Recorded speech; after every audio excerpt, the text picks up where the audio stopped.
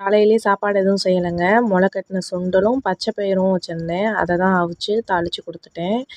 ஒரு 9 மணி போல் சத்து மாவு கஞ்சி செஞ்சு கொடுக்கலாம் அப்படின்னு சொல்லி ரெடி பண்ணிக்கிட்டு இருந்தேன். இது வந்து வீட்டிலேயே அரைச்ச சத்து மாவு. இதில் என்னென்ன சேர்த்துருக்கேன்னா, கருப்பு உளுந்து, பாதாம், பிஸ்தா, முந்திரி, நிலக்கடலை, பொரிகடலை, கருப்பு கவுனி அரிசி, மாப்பிளை சம்பா அரிசி, மூங்கில் அரிசி கொஞ்சம் இருந்துச்சு, அதுவும் சேர்த்துட்டேன். சோளம் கொஞ்சோண்டு சேர்த்துருக்கேன். இது எல்லாமே மிக்சியில் தான் வீட்டில் தான் அரைச்சி சலிச்சு வச்சுக்கிட்டேன். ஒரு ஆளுக்கு செய்கிறோம் அப்படின்னா 1 ஸ்பூன் மாவு போதும். 1 ஸ்பூன் மாவு எடுத்து நல்லா தண்ணியில் கலந்து வச்சுக்கிறணும், கட்டி இல்லாமல்.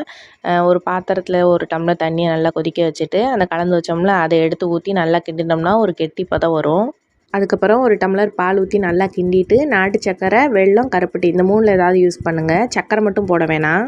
நட்ஸ் இருந்துச்சுன்னா மேலே போட்டு கொடுங்க. காலையில் பிள்ளைங்க ஸ்கூலுக்கு சாப்பிடாம போகிறாங்களே, அந்த டயத்தில் இது மாதிரி செஞ்சு கொடுங்க, நல்லா சாப்பிடுவாங்க. இந்த வீடியோ பிடிச்சிருந்துச்சுன்னா என்னோடய சேனலை சப்ஸ்கிரைப் பண்ணிவிட்டு லைக் அண்ட் கமெண்ட் பண்ணிடுங்க.